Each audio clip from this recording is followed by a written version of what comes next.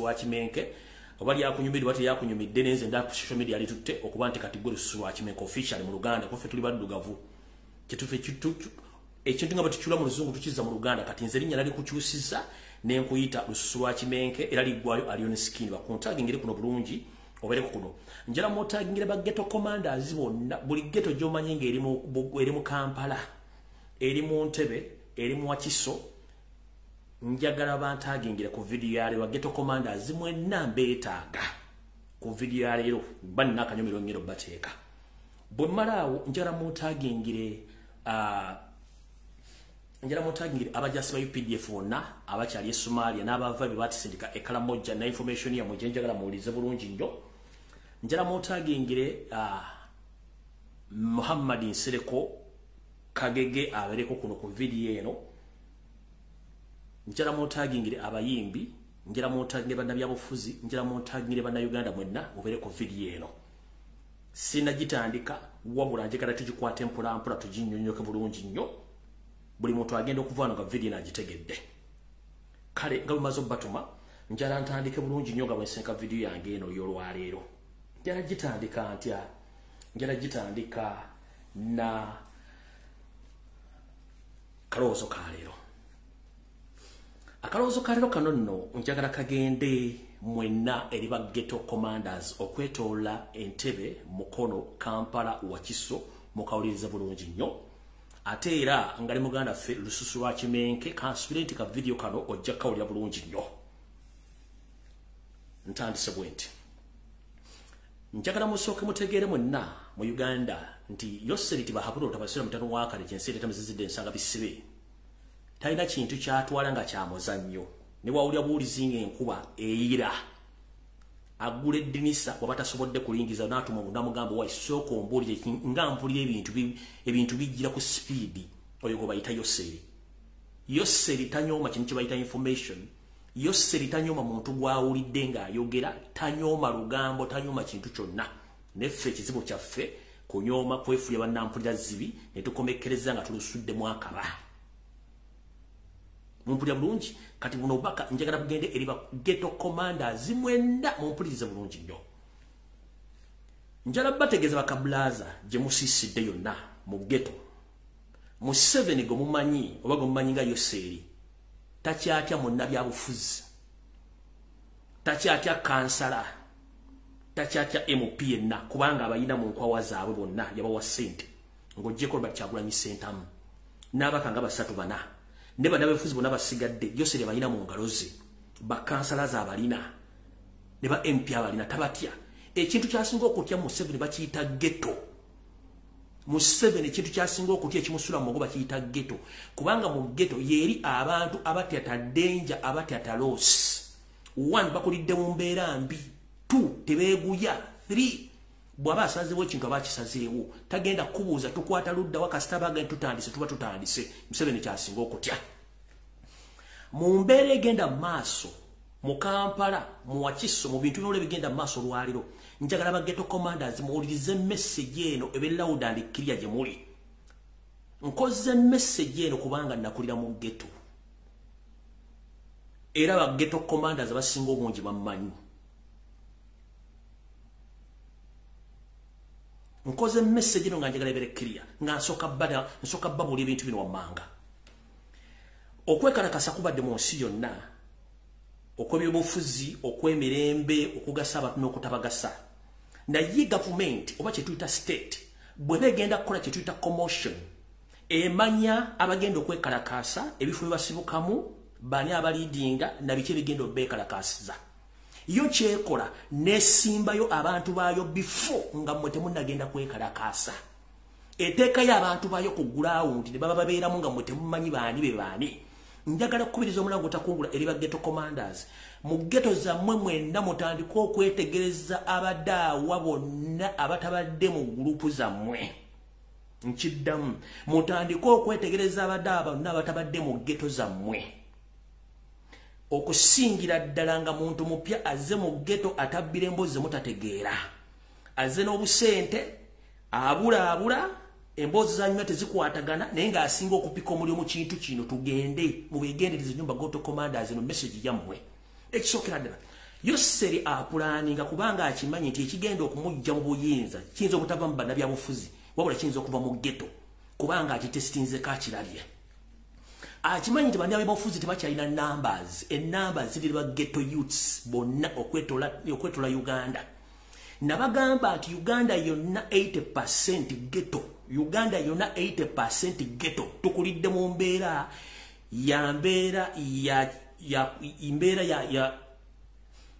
ya mugattingano oba ya mugotteko obintu bino tukulidde okwetola ebibuga byonna mu Uganda. Kati Museveni kyasinga okutebe bayita ba ghetto youth.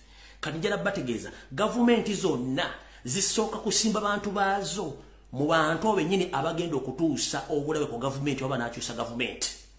Njagala ba ghetto commanders mwe nayo muli mutandika okwetegereza abantu ki abazzemu nga temubamanyi. Waliwo mission ey'okubateekamu abasajja ba state.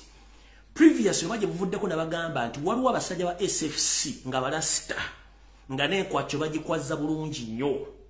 Abo bonna bwe bali bangi bajja babateekamu nga temumanyi. Ensonga lwaki mbagambye ekintu kino. Waliwo ekintu Museveni kyatya ekiyinza omugwira nga tamanyi lwaki mugwiridde. Olw'abavubuka bafuuse ekizibu. Kati njala bategeeza Museveni tatya munnabyabufuzi, Museveni tatya kansala, tatya MP wabula atya ba ghetto youths kubanga ekisooka temulina kye mugenda kufiirwa. Temutya loosi, temuna kye mugenda kufiirwa, ensi yakubadda, mwanyigadda, ate mba musazzeewo temulina gwe mwebuuzaako mulumba bulumbi ky'ensonga lwaki abatya. Kati njala bategeeza ensonga lwaki Museveni asobola okuleka ebyobulamu ne bifa. Asobola okuleka amalwala nga temuli ddagala n'akwata ssente n'aziwa abayimbi ate nga ne bava mu ghetto kubanga akimanyi ennyimba abantu abasinga okuwuliza ennyimba bava mu ghetto, abasinga okuyiba bava mu ghetto. Yensonga lwaki asobola okuleka ssente n'azikuwa n'aziwa abayimbi n'aziteeka mu bigurupu okucyankalanya eggwanga n'okucyankalanya abantu bakuba kyasinga okutya. Kati njala bategeeza ekizibu kya Museveni kakyasiza okutegeera bakiyita ghetto. Kati mwenna ba ghetto youth ba ghetto commander emuli ngenda basala ekigambo kimu. Mwegendereze nnyo Yosseri already yabaplatinzemu abasajja ba iso n'abaseemwayi abagenda okuba ngo batambuliramu. Lwaki batambuliramu? Singa mugenda okulumba wantu wonna nga mugenze ku demonstrating oba okukola ekintu kyonna nga kiri peaceful, egenda fubutuka abantu abagenda otandika okukola commotion oba okwokya oba okubba oba okukasuka amayinja sinakindi otandika okukola ebintu ebitulika. Ekyo be bantu baba basizeemu ng'omuntu alina attitude esinga kuyammwe gye mwajjiddeko oyo abeera state mafia, abeera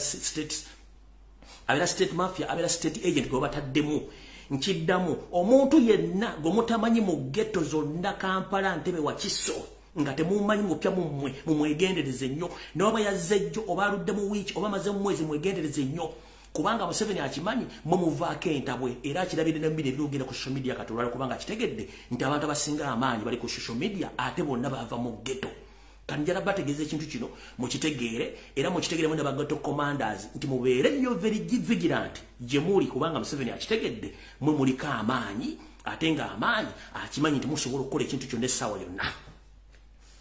Eno message njagala egende eri muganda wange Lususu lwa Kimenke. Which ewedde najja nekolera video nayogerako layini ntono nnyo saagala kukuwa budde bungi nnyo kuba manyi ebyokola ina bingi. Naye nagamba nti bakutaddeko amaaso abiri gano weegendereze era mmanyi naawe otegera bulungi nnyo. Naye njala kugamba bapromota tebakuvuga speed. Bapromota tebakuvuga speed. Bajja ku overridinga osuke wandibadde ogenda ate bakuba ekigo. Nkiddamu bapromota ba music mu Uganda bajja ku overridinga, bajja kuvugira ku speed bakuba ekigo kuba yensebe kulindiridde. Mugala njagala okwate ekintu kyo bulungi nnyo kivuge bulungi nga weetereddemu obwongo baleme kuvuga kuyisa wandikomye. Weetegerere baleme kutegerera kubanga okula okutuuka awo bali tebakutegerera. Weetegerere baleme overridinga okutwala mu bintu ebyo tajja kusobola. Ekyo nga kimaze. Ngenda kusaba nga nfundikira akaloozo ka leero. Ngenda kusaba okwate champion gudo omuzze ku ssomero nga nabo gisibufungize. Mu bintu byonna by'oba okola kwata champion gudo omuzze ku ssomero.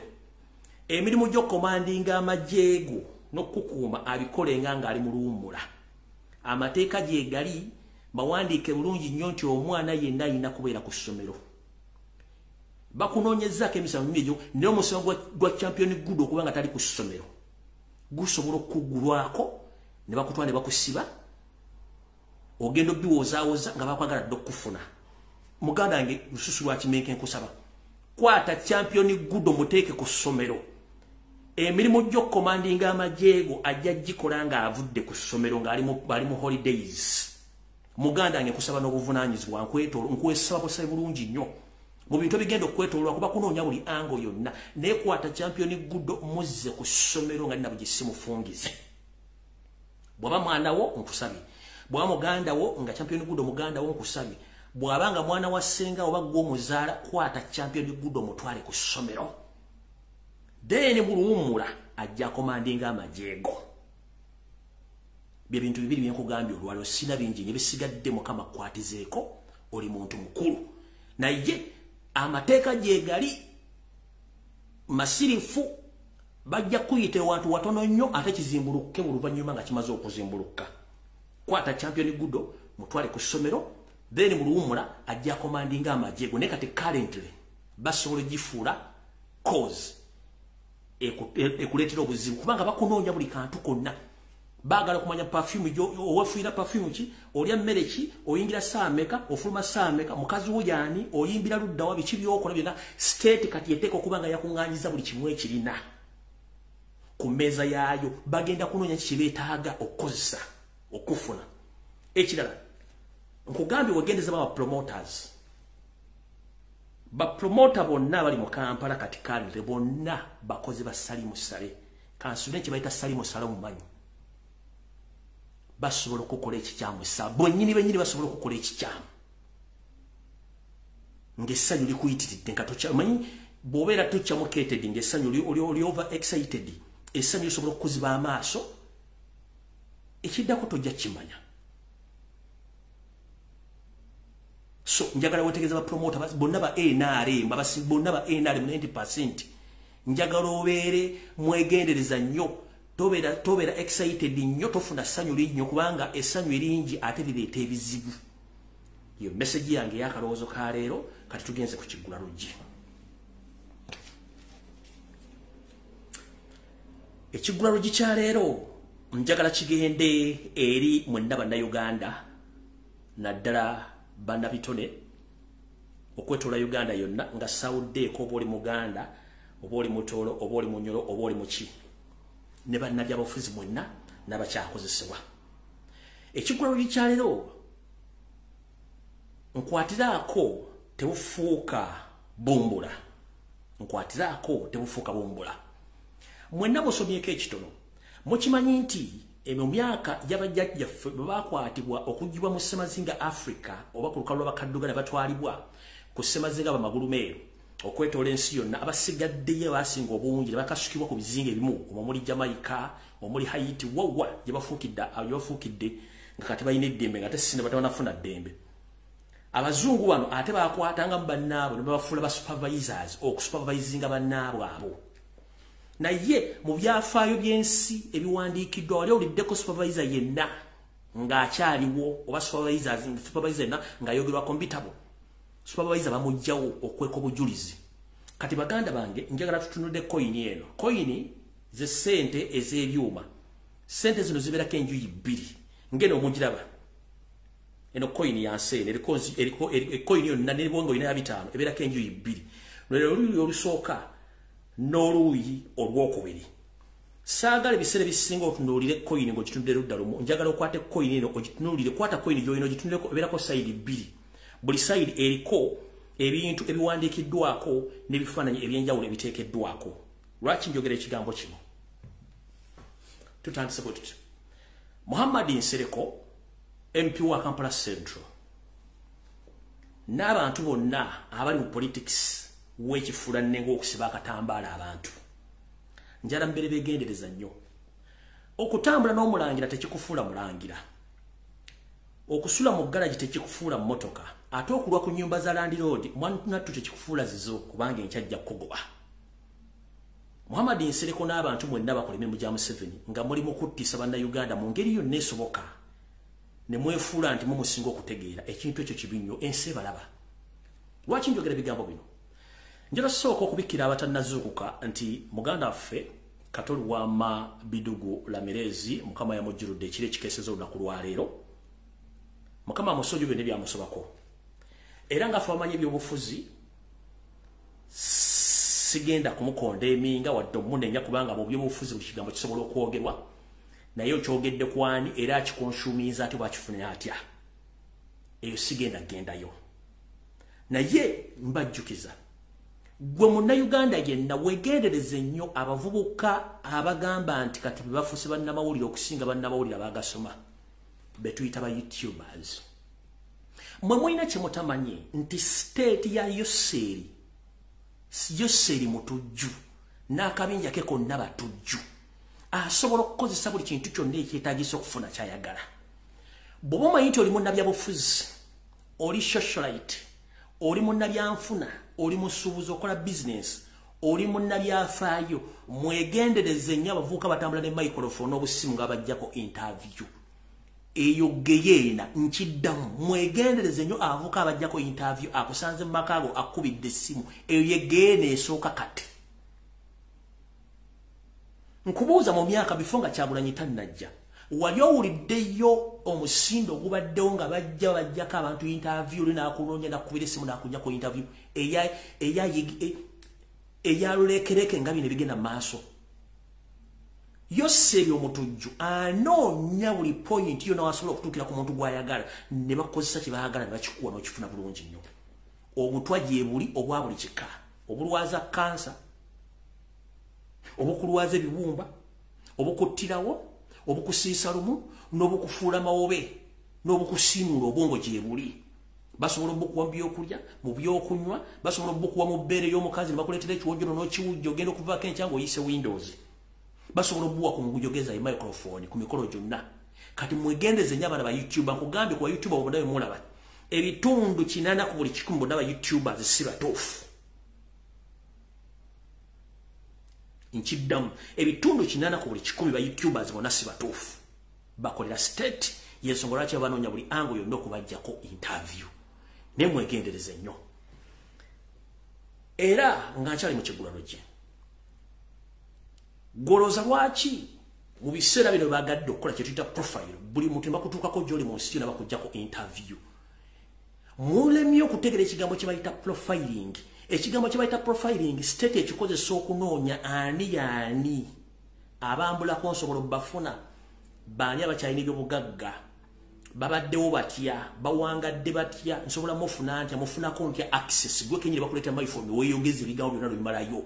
Museveni waakuteekaawo waite banga tono ogenda okulya simanyi yafudde cardiac arrest yafunye simanyi complications ate yafunye simanyi biki ate yafunye cancer simanyi cancer grade 3 nga totegedde lwaki wafunye cancer grade 3 kubanga tewasobola kutegera kweteke n'ennyo. Ebintu bino muluddewo okutegera ebintu bino ne bajja batta bamalewo wano wetulaga wabi nnyo. Kati ngenda bba message esembe mu Kigula LUJJI ngende ku video yandeese. Njagala buli muntu yenna ng'oli musajja mukazi muganda bw'obanga toli muganda naye nga wazalibwa mu Buganda mw'okulidde wuliriza ebigambo bino. Museveni talina kyakwetaaza ayagala nnyo famire n'okusinga ekintu kirala kyonna. Gwakyaza nnyo omuzannyo gwa Yoseri ng'ovuma munnayuganda munno olw'okuba nti bakusindisa omuvume eyokola nsobi. Kubanga Museveni agenda kumala akuggyewo olw'ensonga kye yali asuubira omukolere tojja kusobola kituusa. Ennaku zino tuli immune ku bigambo ebituvumwa ne bituwalampisa. Tuli immune bwe noboona obikola tolina kyogenda kunkola omala biseera. Okujjako the end of the day kyemutamanyi nti the moment you accept to sit with the state and you know their mission oba bwe batagituukiriza bagenda kutta. System eri bweti. The moment kasitokula ne Yoseri oba sigolabyo omuntu yenna naga nti twagala kutta muntu gundi tugenda kukozesa ggwe ne bakugaba ebigambo bino n'obitegeera bulungi nnyo. Nokkiriza oba n'ogaana. The moment kasitokkiriza bakuteekako omuntu omulala behind you agenda okubanga akumontane nga bamadde mission naye bakutte. Bw'olemerwa sitiro bagenda kutta. Kati mugenye okutegeera ensonga zino kubanga muwulirize bulungi nnyo. Muganda waffe Katoli Bwama Paul Bidugu Lamirezi mukama amujjuludde naye ku bintu ebijjeeko muganda fall mwe muli stress kwe kuli ne deplosion muganda ishanta na mwimbo ajita deplosion abade depressed bulungi nnyo omuntu abade ne depression wabade depressed abade ne pressure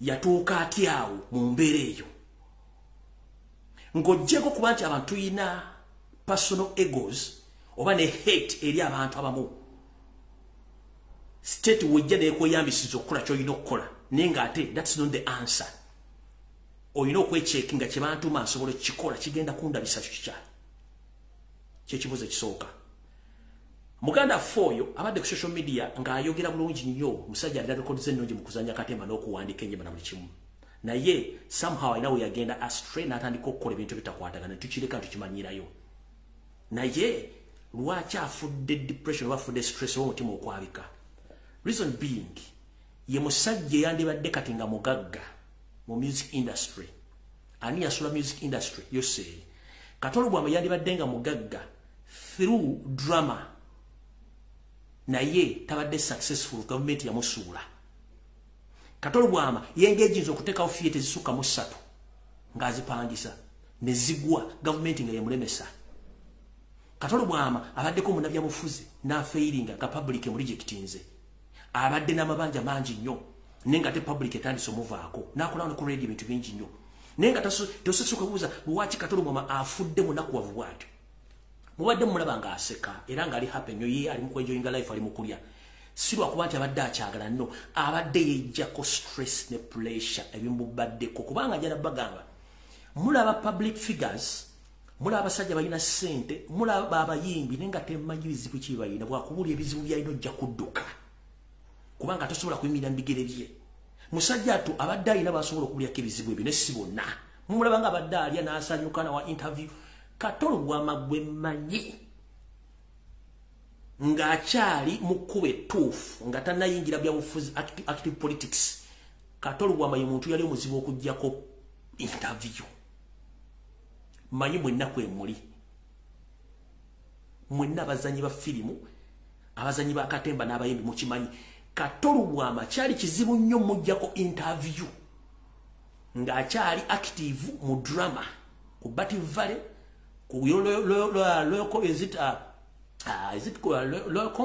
low complex ye ne byaja rekodi Kampala wali ku Mati Road Katolo bwama nga kizibu nnyo mujjako interview ekyakiwakanya wandika wano information awandika wano message kubanga Paul mumanyi Paul abadde mutabani wange mama wabadde mukyala wa Mpindi neddira Mpindi kibadde kizibu nnyo okujjako Katolo bwama interview nga tannayingira mu bintu bya politics bino okulumba bantu nga kizibu nnyo kati yagenda okompilinga mwingiza mu mizanyo emikyamu n'atandika okwagala okwejjako kyetwandise stress kwe kutandika okujja mu public okweyabyanga naye ejjako stress otherwise si yali omuntu omutufu si yali mwangu kuba mumanyi oba yagala okukakasa ekintu kino waliwo omukwano gwasigala muyita Abe Mukiibi genda omusango mujjako interview genda osange Maria Mudagiro mujjako interview genda osange Joli Sego mujjako interview genda omusango mujjako interview oloza kyangu nnyo kyenkugamba nti omuntu atuuka neeteeka mu target nga takyasobola givaamu ono Katolo bwama gamufunye ku lasti ono abadde happy kubanga abadde ayira ebintu byejjako byeteekamu nga tabimanyi gavumenti yamuteeka mu kintu kyataategeera n'akigendamu ng'ate it's too late okivaamu Mukama muwummuza mirembe naye nga nfundikira ekigula LUJJI kino mwegendereze nnyo omusajja gwe bayita Muhammad Nsereko baluga hale n'akabinja kaabwako njala tuddeyo lwaki kuba mbagambye coin eno bw'okitundira sayidi eno esooka olina ogikyusa sayidi eno n'olaba ebintu ebiriyo njala sooka babuuza yes muganda ffe yafudde Mukama muwozi mumuze mirembe sigenzeeyo nnyo era nsaasidde famire abooluganda bakuna b'emikwano n'abaasoseewo naye lwaki buli muntu yenna afa nsereko gw'osookawo olwo nkyusizza koyini eryato eryagwa mu 2018 bayita MV Templar nsereko gw'asooka okutuuka ku lyato eryo era abantu abaliko bonna bali tageti yayo seeri kiki ekyakutwala n'obeera first person okutuuka eyo omugezi jjajja Yichuli bwe yafudde n'otekinga over Omukono Katolo bw'amakadda bw'amujjuludde gw'asooseeyo naye statement ze wakoze nga tezigatta kunze nga statement zigatta ne weekuba ggolo n'ogamba nti abala bonna bazze naye ekibiina ekitolaba ibe mu Uganda akivumira tekyazze. Was that statement necessary at that particular time?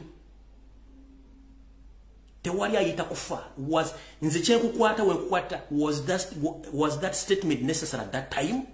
That means wabadde okoza statement ye nga cover up.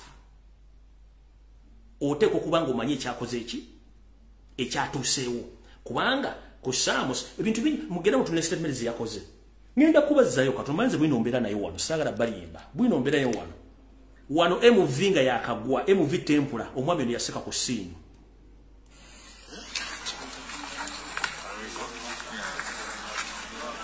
Apparently this is an audio to talk about on this very sad day of Saturday.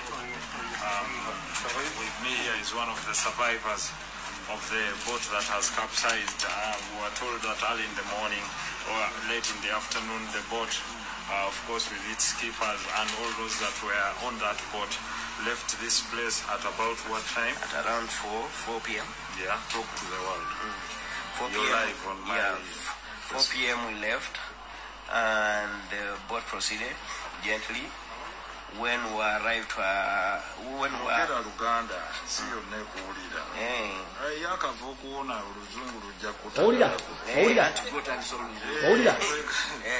Kati betubadde tugenda eryato ne ligwamu ne litusuula mu ffenna. We were over 80 people. Berisuddemu. Mubadde mwambadde vesti mwenna. Ulira investigator bwabuuza. Abasinga badde bambadde nga 15 bebadde tebambadde life jackets. Amanyago.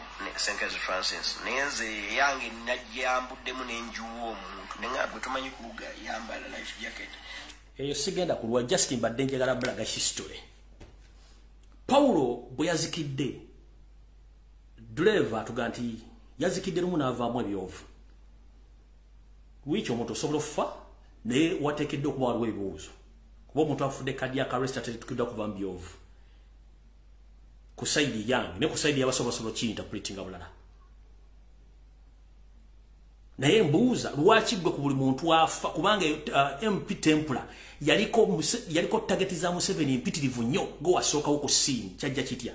Ichuli bwe yafa nojja notekinga over Omukono ng'oyogeza maanyi Kato bw'afudde gwe yasooseewo n'okola statement nga tezikwatagana and the very bad of it nga you were very happy nnyo oli very strong. Teri muntu avirwako mukwano gwe indeed nga mukwano gwe nnyo n'abeera ng'ali strong nga gwe ng'oyogera n'amaanyi. Taliyo facial expression body language y'omuntu ng'oviriddwako mukwano gwe wandibadde tokola na statement yadde.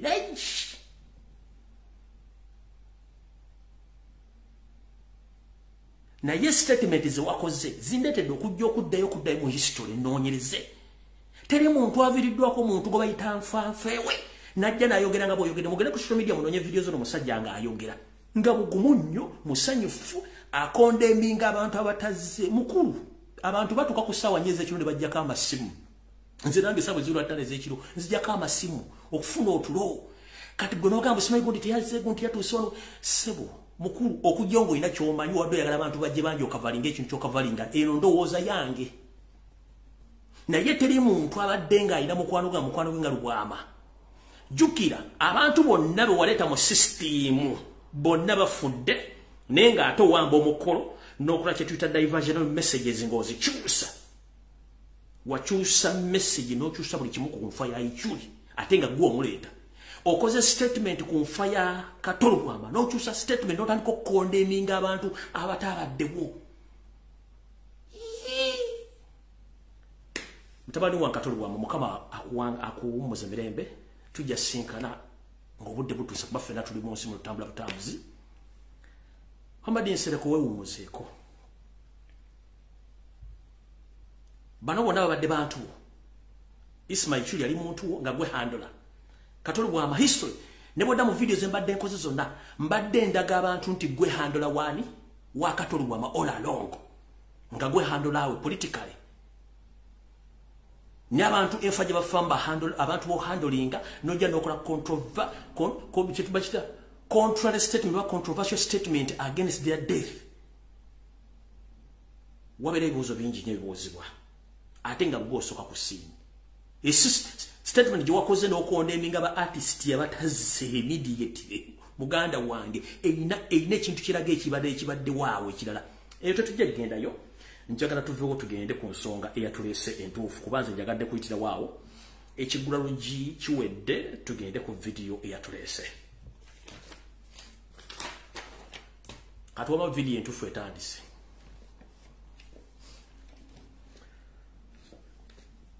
butyo mbalamusizako mwenda bana Uganda buli mjosinzira okuwuliriza ngoli munda Uganda engera oyina muganda we yenna mbajjukiza muganda wange yasibwa mu makomera gonna akwetole gwanga Uganda nenga musajja muganda wa mukazi muganda nkujjukiza nti enteekateeka ya yose okunganya abasibe bonna abaganda okubatwala mu makomera agaliraanye boda ya Uganda ne Congo mission eno tannagita era akyagiremeddeko ngenteekateeka yenu yakwagala kutwala abaganda bonna abajje mu makomera abateeke ku boda ya Uganda ne Congo ku makomera agaliraanyeewo then assetinga abasajja ba Allied Democratic Forces n'aba M23 bajje balumba makomera ago battiremu bannalumanya ne basalumanya oluvanyuma agambe nti ADF ne M23 balumbi amakomera gano ne batta abantu bayitirifu nnyo asobola okufunako omukisa ogumuzza e Congo sina kindi okubaako ebigo byayogera ekyo njagala kibategeeza mutegeeze baganda bonna bali makomera mu kitegere bulungi nnyo teno mission weeri olaba nziramu message omulundi ogwokubiri kitegeeza nti ekintu kino kiri inevitable Museveni akipulaninga kale njala basa mwenna mutegeeze baganda bali mu makomera ddala nga baganda nti bawulira nga bagenda batransferring amanyi nti yabo yabalula esiridde awo sigenda kulwawo ngenze ku kirala njagala kutegeeza mwenna baganda bannaffe baganda bannayuganda mwenna bannayuganda bali mu Uganda ng'oyina muganda wo baawo mukwano gwo ng'ali mu gye eya UPDF nga ali Somalia oba nga yave Somalia omwaka oguwedde nadde Uganda njira bategeeza nti era waliwo enteekateeka namutayika okujjawo abasirikale abaave Somalia abasikizibwa bana abafiiridde Somalia mu mpulirize bulungi nnyo yose ayina enteekateeka ate era etta abasirikale beyajje Somalia n'abateeka ekkalamojja n'abasikiza abagenda Somalia abafiiriddeyo almost abagenda mu 200 ayina enteekateeka ebatta agenda batte abatya awuliriza wetwogera essawa zino yose abavubuka bali bambanja ensimbi empya n'enkadde n'asalawo okutuma mukoddomi we Kahanga Muhanga kojja wa Muhoozi Kanyerugaba bajjeyo abasirikale abasukka mu 1000 babazze eka babajje Somalia babatwala ne basooka batwala esingo okubasomesa political reforms babozo obwongo bamalo basomesa Kahanga Muhanga n'alagira abasirikale abalala ne baleete mu motoka ne bateekako abasirikale bonna abamala okusoma ka koosa ako ne bavuga mpaka mu bitundu y'ekkalamojja gye bagenda okuteeka enkambi naye ng'enkambi gye bateekamu tebangana bataddeyo mpya bana abaana abali essaawa zino abava Somalia nga babanja omusala gwa mwaka mulamba tebalina wadde ekigulya magala eddiba babanja omwaka mulamba tebalina nsimbi emmere bali ekyemisana ekigulu tebajja kirya amazzi ag'okunywa amayonjo tegaliyo eddagala teri n'abasawo bennyini bajja lwalumu kubanga bo baagala mission yakola ki yakubatta jjukira bano bebajje Somalia balyoka bateba basikizi bano bebakubya amasasi nga bakuba enkuko eza buleira ezinoonya emmere y'okulya okumanya awerekera akubanja bw'aba asitudde buba gubajja bagidde embeera nga bweri mu bitundu bye Kalamojja gye batwala abaana bano abalenzi banna Uganda abasukka mu 1000 njala tegeeza mwenda ba family members ng'omanyi nti muganda wo asavinga mu brigade 501 ngeneri Kalamojja erimu abasirikale abasukka 1000 wetwogerera essaawa zino waliwo enteekateeka egenda Bitiisa nga kino kyava mu kamwa ka bombo komandanti gwe bayita Kidega eyabategeeza nti mwenna mujja kufiira mu ddungu ly'e Kalamojja nga tewali agenda bataasa yose limanyi kuno kwoli Kahanga Muhanga kwali ne mutabani wa Muhoozi Kanyerugaba kwali kuno ngera babuuza bwe mutuulanga mulina abaana bammwe ne bazzukulu bammwe mulowooza bannayuganda bayingira okusavinga eggwanga mbuzi nkoko nte. Imagine omuntu agenze n'asoma paka senior 4 senior 6 wa degree n'ayingira okusavinga eggwanga lye with the other interest of be employed. Naye n'amala omwaka nga tafunye ssente ze n'omutwala mu kitundu mugendo tusetinga barracks ninga mission yakubatta, tomuwa mmere, tomuwa mazzi, taina de dagala, taina de buli kimu, ate ngo basibye toyagala, ate nga ne mission weeri egendo batta. Njira muntegereze ono Chaligo bayita Kidega nga yakulira commandant wa Bombo Barracks. Message wasindikira abasirikale bonna aba brigade 501 no bagamba nti mugenda kufiira mu ddungu lya Kalamojja. Message yapa njifunimiza era etambudde etegerezedwa. Singebera musirikale na afire Kalamojja kiba kitegeeza ti mission ya moyo kutta abaana bano nayo etuukiridde bulungi nnyo. Awo nvuddewo nnyinza kukigala. Wetwogerera essaawa zino ebyenfuna mu Uganda byakatuubagiro ngazina n'owenkofu nti ebyenfuna bigudde obuli bw'enguzi busambira waggulu ng'ejjanzi. Ngera mwalabyeko n'avunaanyizibwa kukwata abakonezi mu ggwanga omukyala Betty Namisango Evukamya ng'ayogera amakikinike. Message gye nalabye nti yabadde asindika obubaka naye yabusindikidde mu bantu abakoowu batajja kutegeera nti byayogera babitegeera olw'okuba nti yali bulungi. Kino kiviiriddeko ebitongole bya gavumenti ebisinga obungi okuba nti bikyasobola kutuusa services oba ebiweerezebwa eri bannayuganda nga n'abakozi abasinga obungi babinyise mu nsi obafulumya eggwanga. Kati kino kivudde ku ki? Kivudde nti n'ebitongole bimu ebirina okuyamba bannayuganda ku nsimbi z'omuwa omusolo ogamba nga amalwaliro biri mu kattu nga n'abasawo bennyini abali mu kukola okusoma kw'obusawo nga bayambako abasawo nga singa omusawo yeesuddemu jjulume abaana bano ababasomye babajja okuyamba ku basawo bano okujjanjaba n'okulabira abalwadde. Ne kati otwogerera bano abaana abali mu kusoma bali mu kwesula mu jjulume nayo beekyanze olw'ensonga nti ensako yabwe tebagibawa, emmere tebagiraba, buli kimu tebakibawa. Ate nga gye tugenza okukendeera olwaleero ne gye buvudde katono nga amalwaliro gano wammanga gali mu lusuubo olw'ensonga nti tegakyalina mazzi nga n'amazzi baagasazeeko. Mujjukire nti Uganda yalina eddwaliro eddene oba ekkulu mu Uganda nga baliyita Mulago Hospital Referral. Referral lino nga ne bw'obanga twanyumyanga mu mboozi ng'oyagala ebintu by'obukunya oba ebyo bwe twagambanga nti oba oyagala ebyobwerere genda e Mulago. Munnange Mulago njagala babikira Museveni yagitunda ddala n'agiguza abayindi naye ng'alinamu ne shares ne famire ye era yeesonga lwaki nti ebiseera bisinga bw'ogenda e Mulago kuwandiikira eddagala ng'olina obulwadde bakusindika ku First Pharmacy. First Pharmacy eno ya Janet Kebabazi nannyini Njovu Enterprises era yatunda eddagala lyonna erya Uganda Medical Stores ku ssente z'omuwa omusolo. Wetwogerera amalwaliro agasinga obungi mu Kampala abasawo bagadduseemu tebaliiwo. Go agasinga obungi gamba nga Naggulu ne Ntebe grade B amazzi go tegaliyo. National Water and Sewerage Corporation amazzi yagaggyeko. Ntegezeddwako nti Ntebe grade B ebanji obukadde 488 obw'ensimbi za Uganda nga ne certificate kennyini eraga nti amazzi bagaggyeko yafulumiziddwa dda era negenda ku mitimbagano. Kanji balageko wano muyinza okugamba nti byetwogera byampewo eyo certificate eraga bulungi nnyo nti Entebbe grade B yo amazzi bagabaggyeko. Naye njala kubuulira ebintu ebikola eddwaliro gabeera mazzi, ddagala n'abasawo bintu bisatu. Mazzi, ddagala n'abasawo. Kati otuuka otya okubanga eddwaliro teririna mazzi, teririna basawo n'ogamba nti tukyalina embavu eddukanye eggwanga lino. Kati Naggulu amazzi terina, Ntebe grade B terina, Kiruddu abasawo buli ayite mmanju tadda, Kawempe kye kimu n'amalwaliro amalala mu ggwanga buli omu gaakaba gaakomba. Omukyalo ono Dana Atwine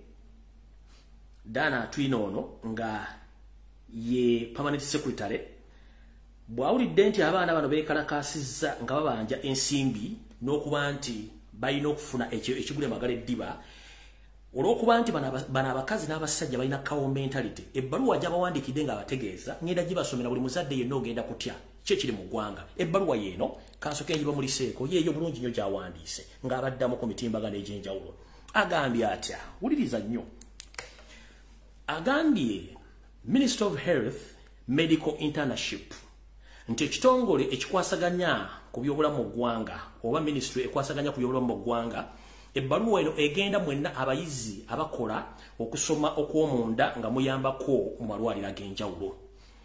agambye bw'ati, we are not going to pay in tons. Let those who can't afford to cater for their medical internship apply, pick application forms and choose the hospital they will want to work and start internship. Agambye bw'ati, nti kino kigenda eri mwenna abajja okusoma intern.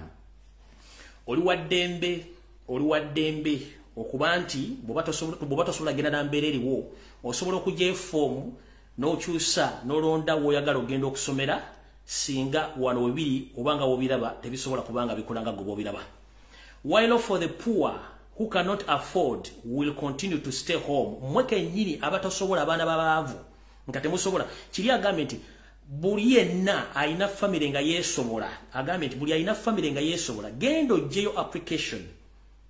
Ogende oza apply otekeyo okusabako bakukkirize osome. Ku mbeera yonna egenda maaso mu ggwanga naddala Minister of Health. N'agamba nti gwe wenna ateesobola nga family yo njavu nga tosobola kugumira mbeera na biki bigenda mu maaso. Mwana wattu sigala ewammwe bo abalina obusobozi basobole okubanga bagenda okusoma kubanga bo ebiseera ebisinga tebaagala nnyo okukoleragana n'abantu baavu. Ebifo bino bigenda twalibwa abaana nga bo family zaabwe zirinamu kasente kaabwe akasobola okwebezaawo dhani okutundira akasente ka gavumenti akataliiwo. So mwenna abalina abazadde nga mwesobola abaana mwesobola mugende mugye application. Abateesobola mugende ziri balabo olwammwe bo tebakolagana bantu baavu. Oyo ye muwokyala Dana atwine bw'omulaba naasimayiringa noloza nti alinamu amagezi agategeera kumbe eyo nayo nte zizimu ku mbata za neti wuuyo. Bw'omulaba asekoloza alinamu ku magezi kumbe nayo mbata ya neti etuddaawo. Oyo nno yakolanga permanent secretary minister of health. Kati n'oyo ng'afanga mutugaana okuseka ono mbata ya neti etuddaawo. Titugenda kulwawaawo mayi tuyita mu bwangu obudde tulina butono. Ate nga tulina information nyingi. Kati ndoza nsooke mmale eno bulungi tulyoke tugende kubikwatagana ku byaffe bya NOP.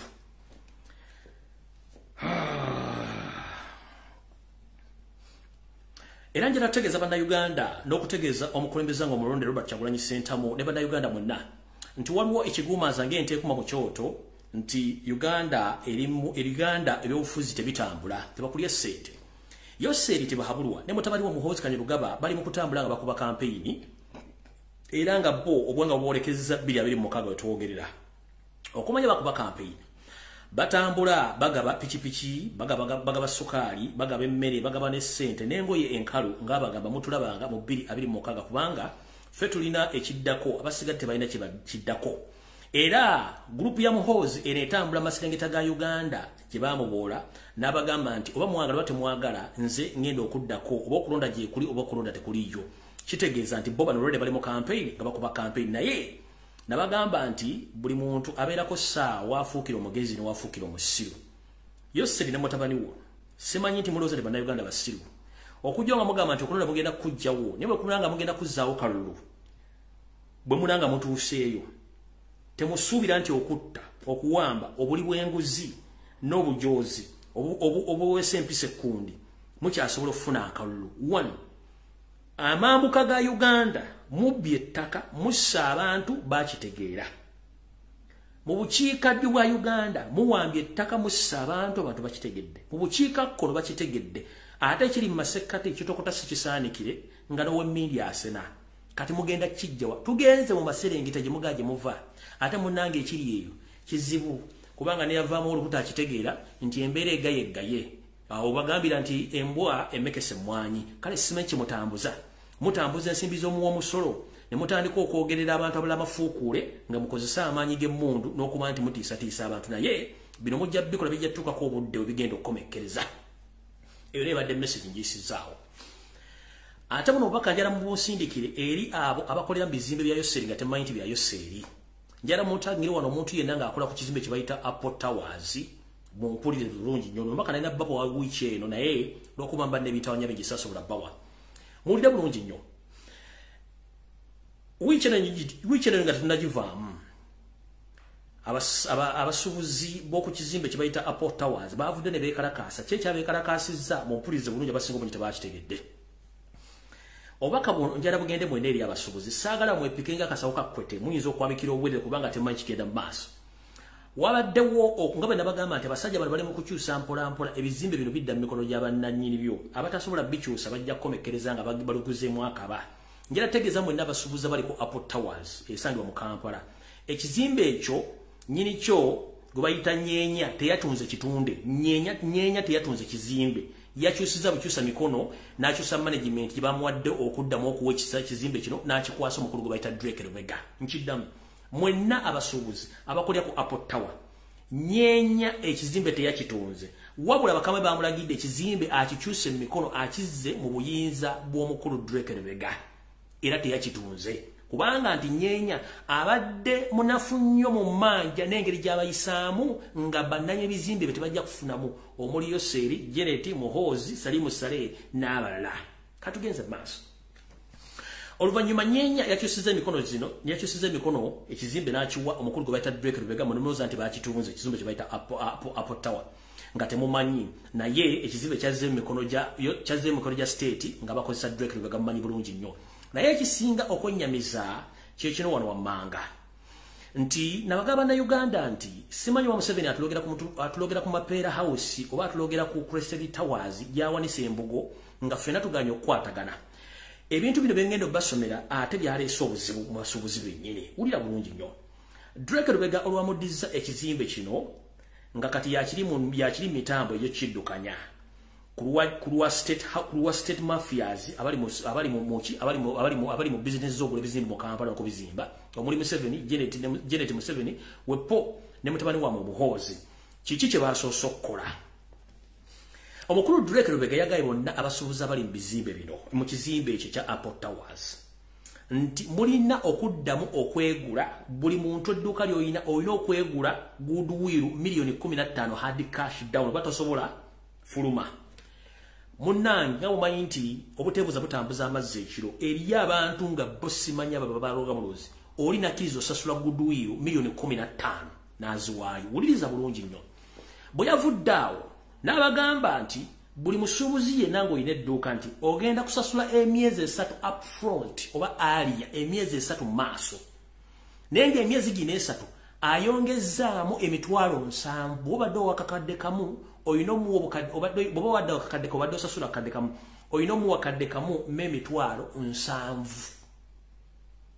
akugambye gula edduuka li weegule goodwill $15,000,000 abamu baziwaddeyo n'akugamba nti ogenda sasula emyezi 3 up front oba alia abamu baziwaddeyo ne increase gye bataddeko ku rate y'Emitwalo 7 abamu baziwaddeyo abaaganye kyekyazeeko bulirira bulungi nnyo wano wavudde okulya n'okukomba essuwaani abantu beekalakaase naye nze mbuuza mukola bizinensi mwasoma bizinensi oba mukeera kuva mu maka mmwe nga mwagala kuvaayo omukyalo butakulaba nti wasibye waka oba omuwami butakulaba nti wasibye waka oba ssente zibatawaanya oba butamanyi kye bayita bizinensi kibatawaanya bino byensoma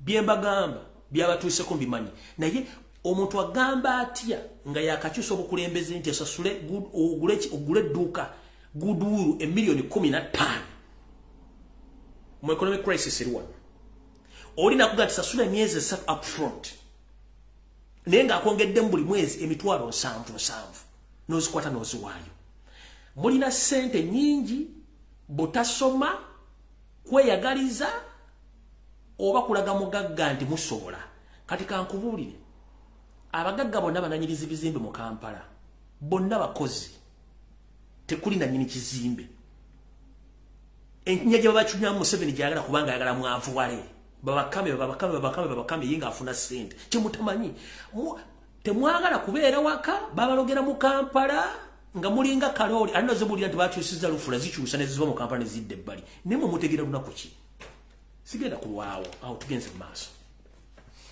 mukitegedde ekya rent increase emyezi 3 up front ne goodwill $15,000 z'omusasula tugenze mu maaso ekisinga obuzibu ekyabaddeko mu kimugenda okutya nti teweesiganga Munnayuganda kubanga bagamba nti kaba mpola ngoli mu kisenge kyo.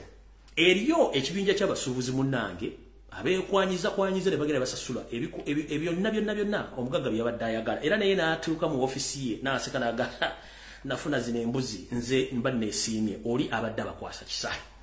Munnange bannaalumanya ne basaalumanya basajja battu abataasobodde kugendera ku mitendera gino ne bagezaako okwekalakaasa. Naye nga tebanneekalakaasa baategeezezza omugagga nti munnange ffe wano watuleme katugende tuyiyeeko ewala. Omukulu Drake Lubega kye yakoze n'ategeeza maneja w'ekizimbe kino ayite poliisi tebamusuubuzi n'omu aggyamu kintu mu dduuka. Kati ne neebuuza mukulu Drake Lubega, bw'ombanga mbadde mpangisa wo ensimbi ez'okupangisa ne zinnema oba obukwakkulizo ne bunnema okutambulirako ne nkugamba leka nziggyemu emmaali yange entambule, mba nziziza musango nga tommanja. Okujjako ng'olina ekigendererwa ngera bwe tukimenti olina ekigendererwa kya state okukozesa okuwavuwaza bannayuganda. Omuntu bwaga nti munnaye sijja kusobola kanveemu nziggyemu ate ojjawa odasita obuyinza obulemesa omusuubuzi okuggyamu emmaali gye. Butyo Drake yagambye maneja we tokkiriza omuntu n'omu kuggyamu kintu kyonna mu dduuka bibeeremu. Era butyo abasuubuzi bagenza okwekalakasa ng'emmaali yabwe eremedde mu maduuka, Drake naye agiremezaamu. Kino akakodyo kali nti ne bw'oneekalakasa ng'edduuka lisibye kitegeeza omwezi bwe guggwako olina omusasula sente ze sinakindi bw'onooba olemereddwa emmaali yo yonna ebenga lwayaba. Mbayemeredde emyaka gyonna muve mu Kampala abagula ebintu mu Kampala bava mu Kampala suburbs, bava Mukono, bava Kagoma, bava Mpigi, bava Ntebe, bava Luddawa, naye muli mu Kampala mulinga ebinyira ng'ate mu kimenti akediza Museveni. Mwe mulemeza mbuyinza tubaga mwekalakase temukkiriza bagenda kwokya maduuka agamu n'abongeza omusaala ne mukalula amaaso ng'ente esala lwevi site kanso ne babba ne muli omusajja ono simayo baddagala alijjawo kubanga aluzi bannayuganda batuuka okubanga n'okutegeera tebakyategeera. Gw'oŋŋamba otyamba okola business ng'asoma business management n'oba tewagisoma ng'oludde mu business emyaka 10 omusajja n'ave n'agamba njagala ogwegulule miliyoni 15 ate osasula emyezi 3 upfront ate nga nkwongezezaamu emitwalo 7 nokka mu ndyanga n'ojjawo omwana mbu baba simanyi nze simanyi n'abannayuganda bamulowooza lunaku ki sente muzijja luddawa naye mu business kamba somesemu katono nnyo. Bw'oba otandika business olina okubeera ne capital oyo bw'omuteeka mu business n'otandika okukola amagoba gojjamu ge gafacilitatinga rent, ge gafacilitatinga emisolo, ge gafacilitatinga naawe nannyini business. Kati bw'oba oteeka ssente mu business nga business gy'olina tesobola kuva mu magoba gaddukanya bizibu byo nakuddukanya business oba tokyakola. Kati gwate okwata otya adi cash atali included ku capital n'omuwayo buwibu kubanga osasula rent ng'okimanya nti business ye erina okuvaamu amagoba gasasula rent. Mwasoma ludda abaganda bange. Tovula banka zigenda kutwala ennyumba zammwe otandika okunywa emboozi mwero si bannange ate nze ennyumba ne bagitwala simanyi newala sente kubanga obwongo temulina mukozese ku bwongo bwammwe. Bw'okola business nga tesobola kwefacilitatinga ng'eva mu magoba kiba kitegeeza business giggale. Niyo osanga omuntu ng'alemedde mu dduuka tasobola kukola business kubanga tesobola kukola, tesobola kwesasulira rent, tesobola kwesasulira bills naawe nga tesobola kukolabira wadde nga n'amagoba agafisseeko kye tuyita surplus of profit nga tosobola ziza mu business ggala oba tolina kyogenda kukola. Kampala munoonyayo ki? Munoonya ki e Kampala? Era Museveni yologa bakuba nti famu twakulema tosobola tuloga naye ologa kyali wange ezinakkiriza ologa. N'abantu betulooza nti bakutte ku sseta na miliyoni 5 ku akawunti akola business ni obwongo brain is a monkey tebasobola kutula nsi calculatinga. Awo sigenda kulwawo. Bonna ebintu byabwe ne babisigaza ne bisigala mu ndoogo. Kati tugenze ku nsonga eddako. Kansubira nti omukulembeze alolwa Kyagulanyi Ssentamu atuuse. Which ewedde na voice note zenata ezali Masaka mu nkuŋŋaana ezatulimu abasajja batanga amanyangamba ba DP block na ba DP n'enkwezi enge ziri mu nnopu nga batambula basiiga ettoomi n'okwolona ekitiibwa kya Kyagulanyi Ssentamu. Kati ne bagamba bwe bakutumanga omuntu omusiru totwala Kyagulanyi nabagambirawo ddewo bwe bakutuma ng'omuntu omusiru Robert Kyagulanyi Ssentamu kubanga kyakola asobola okukuleka gwe n'okola buli kyoyagala n'olowooza nti talaba naye aba alaba yabadde Masaka ebyabadde mu abirabye era n'asimula ebyayogedda Museveni n'akumawo kampani wayitawo ennaku 2 leader of opposition n'agenda n'ateekayo conference nga bataddewo simanyi okuteekawo amateeka amapya ku reforms by'okulonda president yabadde mu binaagenda awulirize n'atula bulungi nnyo n'awuliriza bulungi nnyo bye boogera ne bonna ekwezengeza opposition ezijja ezirimu ne zituula amu ne beekalakasa nga batakimanyi naye nga weewuunya abantu bano batula ekiro nga Kyagulanyi taliimu ne bateesa biki bagenda ekisinga okunnuma yembeera Museveni gye yateeka mu bannayuganda nti omanyi nti ba politicians at one time abataagala nkyukakyuka nga buli mulimu gwabwe batuula ekiro mu hoteri ez'enjawulo badiscassinga ne bakola manifesto kiki bagenda okudrivinga mindset y'abannayuganda kiki bagenda okukola kiki bagenda okuzzaako na buli kimu munnange Robert ng'agenda president we ng'agenda atula mu conference ng'awuliza ebateesezza byonna amuwaako buli kimu ng'akisoma bulungi nnyo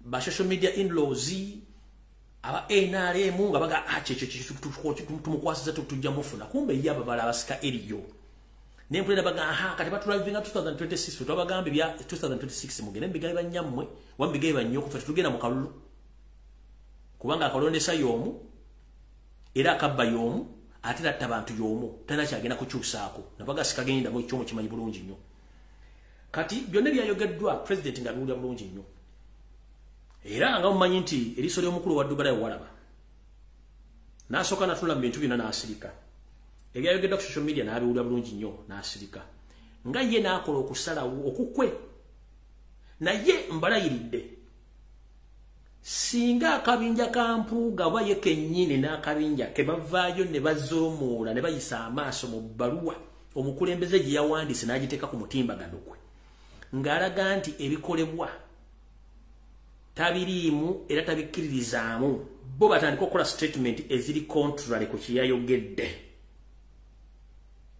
nandawe yanja zijja nze kubbe ku mmeeza zonna ez'abantu abo bonna nkyabawaddemu kagaapo katono nnyo naye mbalabula ebbaluwa omukulembeze nga bwe yagiwandiise mugireke era muyimirize buli kimu kyemukola 1 mukimanyi bulungi nnyo akola twakawangula ebitundu 75 ku buli 100 ne bakabba ekyabalondesa nkibajjukiza twabalonda nga mugenda tuyambako kunga bannayuganda okuva ku LC1 mpaka ku constitutional level nga mukozesa ensimbi ze mujja mu gavumenti ya Yoseri nga Yoseri bwe yakikola mu gavumenti ya Amini ne Yobote yayina mba culprit oba ba agent mu gavumenti ya Amini ne Yobote abafunanga omusaala ababbanga sene mu gavumenti bazimwa n'agenda n'ayekera gavumenti ezo. That was our main target, but some people are very comfortable in their offices kubanga mulina lidika mulina abakuuma njala kubuuza njagala obuleyo history wa Uganda yenna wale ulidonga leader of opposition era abajasa mukuma ayina lidika gosubira omuntu ayina lidika omuntu ayina security nga obo mukone nabirango mukulembeze asubira okuba nti asobola kuba mu office eyo era ajja ku drivinga bintu byagenda kulonda tajja kuba na mentality muganti tugenda tunoonya buyinza bwaffe. We sent you there with the aim of immobilizing all Ugandans to rise so that we can claim our victory. Not electoral reforms, because we are not interested in any fucking elections again. So ever moving around preaching electoral reforms come 2026, go eat your mother something. We are still claiming our victory. I repeat this message.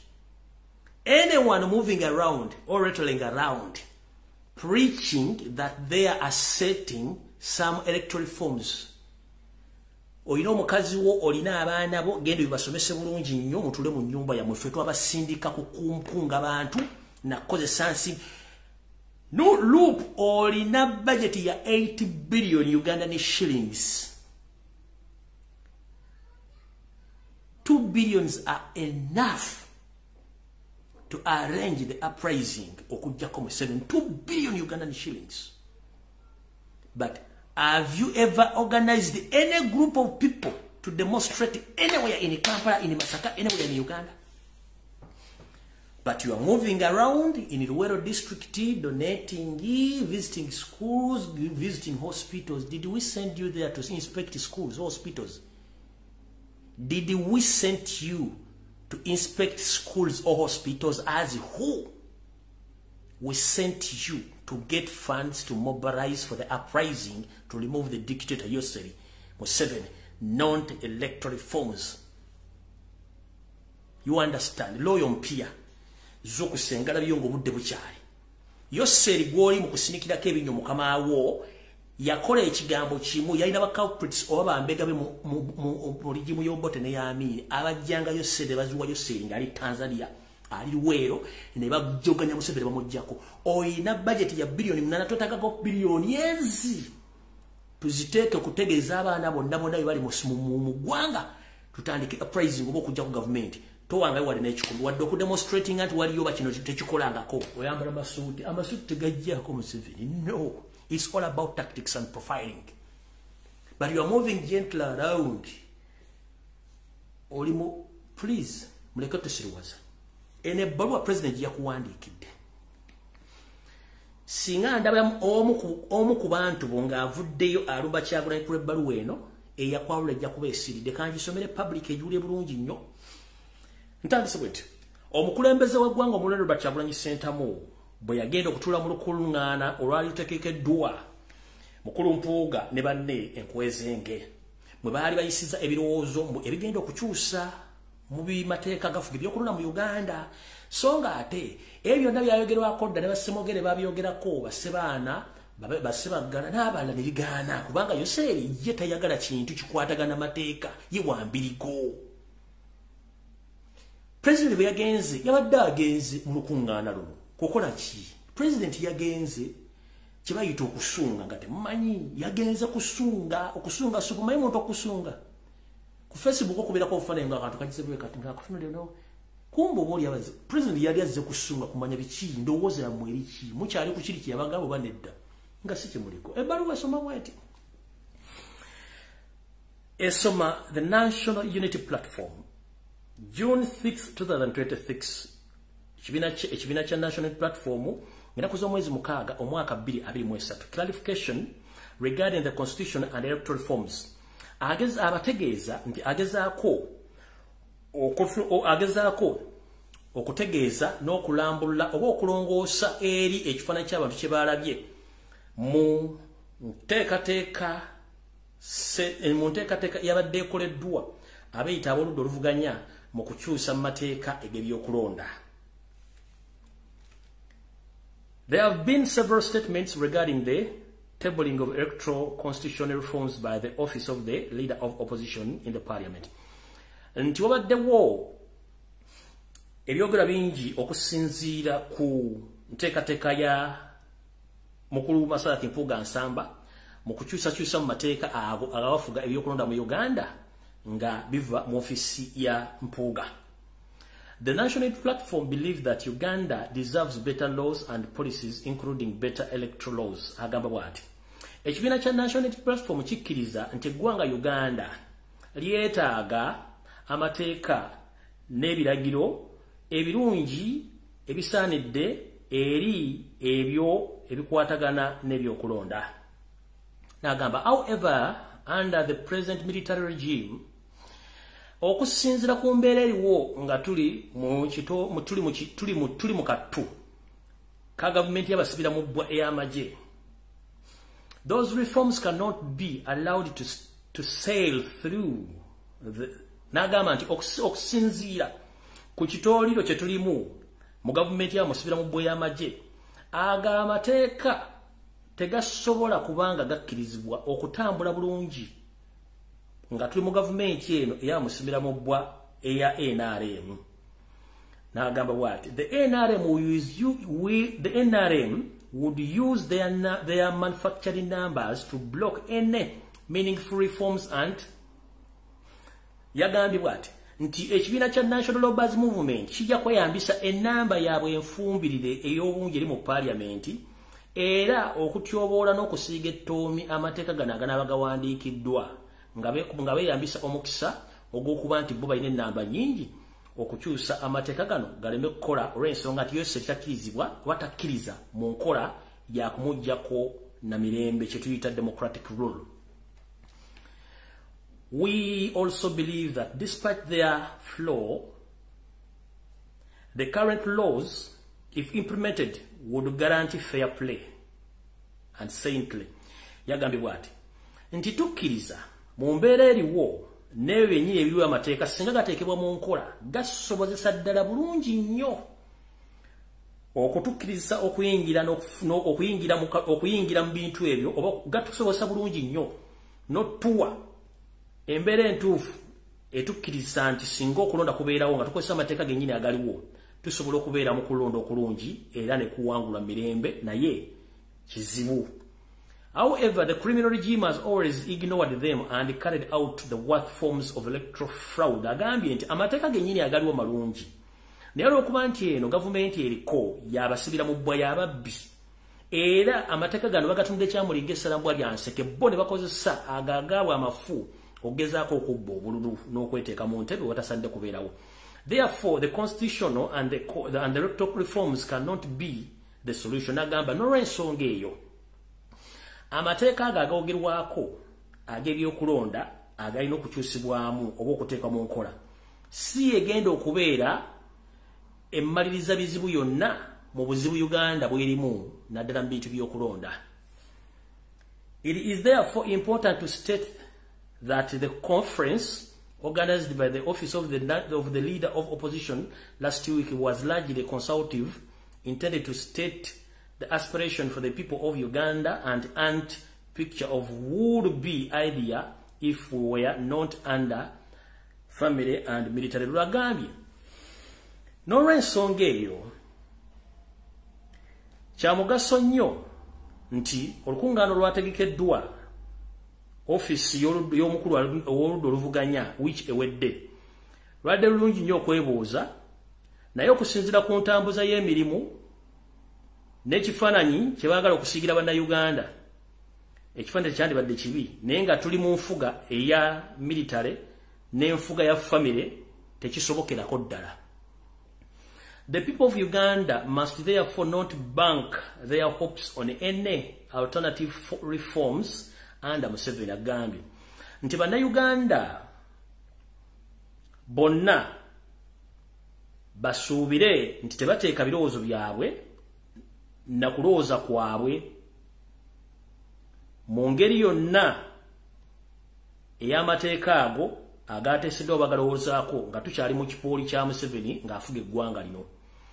Our people must continue working hard using all means necessary to remove the dictator regime and establish legitimate government. Akugambye nti akubiriza omulango kutakungula nti bannayuganda tuve mu kwekomoma tukozese emitendera gyonna okulaba nti tujjako gavumenti ya musibira mu bbwa tuzzeeko gavumenti erondebwa abantu ba bulijjo awo Uganda bwejja okufuna emirembe nga twegasse wamu era lwe twetaaga buli kimu kyonna ekyetaagisa n'enfuga etambulira ku mateeka. Awo ebbaluwa we yakomye. Kati kiba kitegeeza mukulu Mathias Mpuuga Nsamba n'akabinjako mudde ku drawing board eno mwayokyezaayo musota teguli ate tetulya misota munoonye butya bulungi nnyo bwe mudda ku nteekateeka gye twali tuteesezzaako ey'okuggyako Museveni so si yakwira mu kitanda Museveni. Ebbaluwa nambulukufu bulungi nnyo tugikyusizza bulungi nnyo abantu bagitegedde kati mukulu mwetereeze okudde okulya ng'okoze conference manyenye ebinyewa byayise mu buugi obuugi bwayise mu mata ate amata gayise mu mpapula. Twagala ki Museveni avudde katya olina budget ya bilioni 8 twetaaga ssente zidde mu action bw'oba nga tekisobola office giwenga naye simufungize bajja kulonda omuntu asobola ebyo mwamanyira okutambula mu makooti nga muli mu kitanda ne Museveni tubikooye. Abantu baffe bafa, abantu bafa obwavu, abantu bavudde mu business, buli kimu kidigadde bengalye, abantu bakyafuna ddagala n'amaduuka n'amasomero bagaggyeko amazzi. Mwe mulimu esi kubanga musobola ofuluma ebyo bagenda babajjanja bibuuka byammwe. Mukulu wayokyezza omusota ate no simbizi tebabulamba buli nedda ssebo twagala bujenza.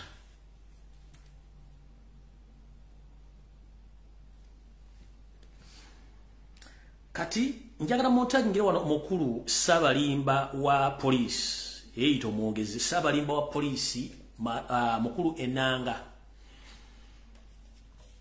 omanyi gavumenti yamwe bwekola ng'erimba abantu etemula abantu n'esindika batamanya ngamba okujja okulimba amaka g'abantu emisana batereddeyo ka video engeri police n'amagye gye balumbye amaka ga Sheikh Kamoga ne bakwata ne batulugunya ne babba buli kimu ndoza babozeko okuplantinga bintu mu njuye naye mu nkola ey'ekiyigirize ey'amateeka gye tulwanira buli muntu ayina deserving respect buli muntu deserving ekitiibwa kye n'amateeka bw'oba ogenda okulumba amaka g'omuntu one olina okufuna kye tuyita search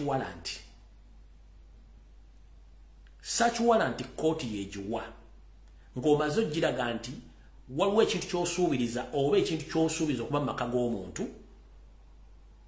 kooti bw'ogiwa obujulizi obulaga nti omuntu waabula oba alina ebintu ebibula mu nju kooti ogenda mu kooti nekuwa kye tuyita search warrant then bw'ofuna search warrant n'ojja ku maka g'omuntu n'okonkona bulungi nnyo n'obagamba g'osanzeewo tuva mu bitongole bwe tuti tuzze kkebera maka gano era ekiwandiiko ekitukkiriza kye kino n'okiraga omusirikale w'omuntu ali mu maka ago era search warrant ne bagikuwa ogenda nga nabo mu maka bonna weebali ne basaakinga bulungi nnyo nga tewali kyogenda tuteekamu nga tebakweraliikiridde ekirala mu nfuga ey'amateeka bw'oba ogenda okukwata omuntu ojja ne kituyita arrest warrant ekiragiro ekikkiriza okukwata omuntu mwezi lunaku zino muzita reference kale akapapula kabawandikako ennyukuta emmyufu simu biki naye okufuna arrest warrant era ogenda okumakinga sure nti ogenda okukwata omuntu ng'omaze okukola kye tuyita case filing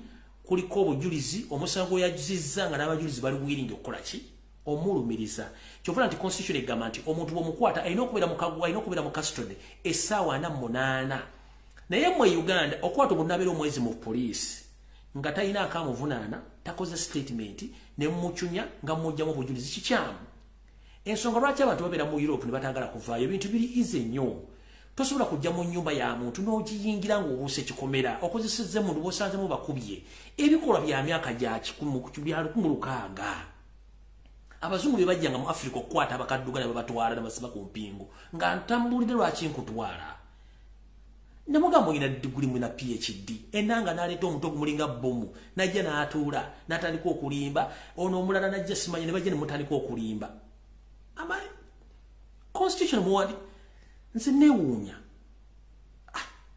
ne muntu katuli bayo hooligan tujja ku social media okuinterpreting ebintu bino bitereza abantu babitegeere ate mugamba tuvuma oba tuvoola omusirikali yenna kobere wa SFC kobere wa prison kobere wa police kobere wa UPDF ogenda okuyingira mu nyumba y'omuntu oyina okufuna search warrant nga ne LC1 efunyeko copy oba etegezeddwa nga ne defense wekyala ino kwera nga lya company nagiddeko egwe nojja yenti noyingira amaka g'omusajja muwulirize video amaka gange bakalumbye abali muleya ne mu uniform babuuse bisenge ne bayingira n'enzigi ne bazimenya bamanya enzigi 3 bamanya gate ne bamenya oluggi olw'emanju oluyingira ne bamenya olwa wakati ne bamenya ekisenge kyange ne bayingira ne bajjayo mwatu abantu bano beewunyisa neka perfume nako bakappa ate nze siwayira kubanga bwe kuwayira ku lunaku lw'enkomero tugenda kusimbagana nawe amaaso siwayira ipads naye n'ogibba ebyo nkakasa babippa ne batambula ne bagenda bwe bamala ogenda ne badda ku bavubuka ne babakubba bubi nze n'obujulizi mbulira nga bamenya nina obujulizi nga bakuba abantu nga babakulula nina obujulizi nga balinnya ebisenge ebyo mbirina naye ate olwaleero ekyewunyisa nempulira nga omwogezi owa polisi ng'agamba nti twakwatirayo abantu 3 n'okusoba naye lwaki gwolimba ensi eno nti nze wali nyinawo abavubuka mu ngeri emenya amateeka era mbasomesa butujju omwami nga nkugamba nti eri bagiyita Tura Rehabilitation Center registered.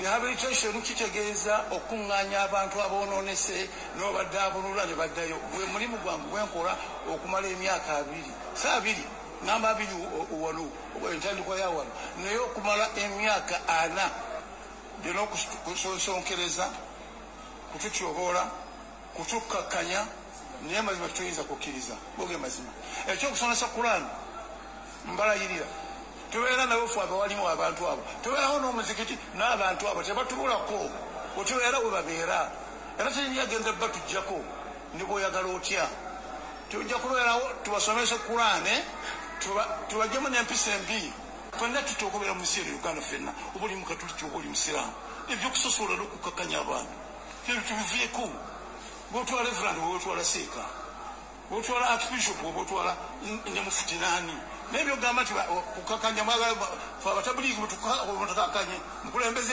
w'abatabuliki ye mujjenga bulijjo omukwate. Omulimba wa poliisi Fred Enanga muganda wange nkimanyi omulimu gw'oliko muzibu nnyo naye ngenda kusaba ekigambo kimu. Enanga neebuuza abaana abo basomera mu ssomero ki mukazi w'omu kitundu mwabeera bamulaba batya yeggwe oyambala otya uniform n'ogenda ku poliisi mu bwana ne bakutunanga bamanyi statement z'okola tekuli ntuufu. Omulimba wa poliisi kwegamba ensi mwagifuulira ddala nti buli kintu kisoboka mu Uganda whereby nti azizza omusango ate abeera w'amaanyi nnyo okusinga oyo gwaguzizzaako to the extent nti musobola okukola kye tuyita setting oba ne mu setting omuntu kyembagambye wali mu kalowoozo kempadde lususu lwa kimenke ne muganda wange beera mwegendereza nnyo kye bayita state neŋŋamba ba ghetto commanders bonna nti mwegendereze nnyo ebiseera bye tulimu ennaku zino ba ghetto commanders bagenda basindikira bagenda basetinga ba state mafias abagenda okujja nga nabafaanagana nga mmwe nenga balina ekigendera nembaga babeera okwekalakaasa abantu abatinkula entalo mu kwekalakaasa oba okwokya okuba masasi oba okutandika okuba poliisi tebaba mu mmwe babeera ba state mafias abasetingiddwa okukola ekintu ekyo okutandika gavumenti otandika okukola effujjo kanembaga mutegeera ekintu ekyo bw'obanga mwasobola okusibako Kyagulanyi embundu ne zibula ne mugamba Kizza Besigye nti erepinga omukazi kyakuba yafiira ludda wanka Mukama Katonda yamanyi emisango egyo na gyegiri tegigenda kuvaawo yose ebintu bino tuli mu digital era ebintu bino bigenda kuvaayo nga birumiriza abantu bo essaawa zino wetwogerera mulimu kutta abantu mulimu kubuza abantu ensi mugitadde mu kattu nenga n'akatuke mugitaddemu lwa butamanya wabwe na butategeera wammwe nti omuntu otuuka nga ensi abantu bategedde ekituufu kyeki tuli mu .com era gobonoonya Lumbuye mukubanga ayogera omuntu omala biseera ejja kuvayo Lumbuye balanga 10 ne bonoosindika abantu kakadde balumbe Lumbuye bamuvube bamutyoboole Lumbuye gw'olumba aliko empewo zeewabwe ne bonoomulumba tunakyogenda mukolako kubanga nange simanyi lwaki ndi ku social media lwaki njogera bwewagula abugula ne abantu bwabala tobajja bagula tojja batiisatiisa buli muntu alina olunaku lwagenda okufa kyova tuga nti buli mbwa n'olunaku lwayo era mwenna abali abati okufa mbasaasira kubanga tomanya lwogenda kufa era singa twali tumanyi lugenda okufa singa buli muntu abeera na ssente mu nsawo singa buli muntu asula mu bbaala Museveni oli wano saa zino wenna yagagadde nga ssekkoko gye bagenda okulya ku ssekukkulu naye tomanyi lunaku lwogenda kufa naye lwaki teweebuuza abantu b'enzita tebakendeera kubanga tojja kulwanyisa Katonda ye muntu atamanyikiddwako wa mukazi wa musajja ensi yagireka ero automatiki mu safe house mulina abaana bemutta naye eriyo abazaalibwa mulina abaana bemuwamba eriyo abayingira mu struggle mulina bemwagula nezesere zebamabwa tezabamala ate baagala ndala zimutane zimutagenda bawa mulina mutiisatiisa naye nga ujja mutiisatiisa omutima gugume mulina bemusse emizimu gyabwe giruluma kyovula bunaku okipinga oni ngotta kubanga toyiga ogenda kutta mpaka ddi bw'oba tosobola kwawula kitundu kirungi ku kibi oba omala biseera Gotochimenti ensi Uganda wetuuse negwamu akatabangu kukatiba tono nnyo abasobola okunywa abantu batumuleko okuttabana mu muyibirire. Mu nsi nga America singa abawo ekikyamu waliwo tuyita bannansi ba public figures or politician abasobola okunywa baga nti no, my fellow Americans, please don't exceed that level. Let us stay calm. Let us keep peace. Ebungereza gyeki mu Europe gyekiri mu nsi zikulakulanye gyekiri. Ne kati gwe n'abantu abandi baddemokira ne public to come okaminga abantu wansi baleme kukola butabankuba kuleeta mimerere byakuwa musayi mu ggwanga b'osinga n'okujjawo. Otaba masheeka gomanyi ekitegeeza okutta sheeka w'eddiini ng'asobola okwogera n'ategeeza abasiraamu bannange tukakkane mu linnya lya Allah temuttiŋŋana n'omugjawo. Notta omusajja father ayandimbire nagati bannange bakatuliki bannange temulwana n'omutta notta abalokole otta abayisiraamu otta bamasheeke otta bannabyabufuzi otta bannaddiini ne Ssaabasajja Kabaka eyandibaddaga Abannayuganda mwenna bannange tukuume emirembe tumwekwetta naye noyagala omuwa omutwe omufu omutte gwe kikyogenda osigaza singa ensi egenda situka. Otuula buli lunaku n'opulaninga butyo bw'ojjawo Kyagulanyi. Okime ekitegeeza okujjawo Kyagulanyi gwe? Okime ekitegeeza okujjawo Kyagulanyi? Nga naawe omuzzukulu ali mu America oba ali mu Texas oba ali Canada basobola omuntu bali bamuggyako omutwe. Ne ku faamu y'ekiso ojja kuba masasi gaggwe balumbe ente zonna bazisaleesale bazirye. Kubanga mentality ekuga nti botta Kyagulanyi oba ofunye golodi. No, that is total nonsense. And muba mutegera una kukisimanyi. Kati ogenda kutta gundi kubanga gwe kyekikutegeeza nti gwe botta gundi oba ogenda oba ofunye golo. No, that's not the solution. Ensi weetuuse tuteetaaga kutta bannaffe kubanga tomanye enkya kyagenda kuyamba.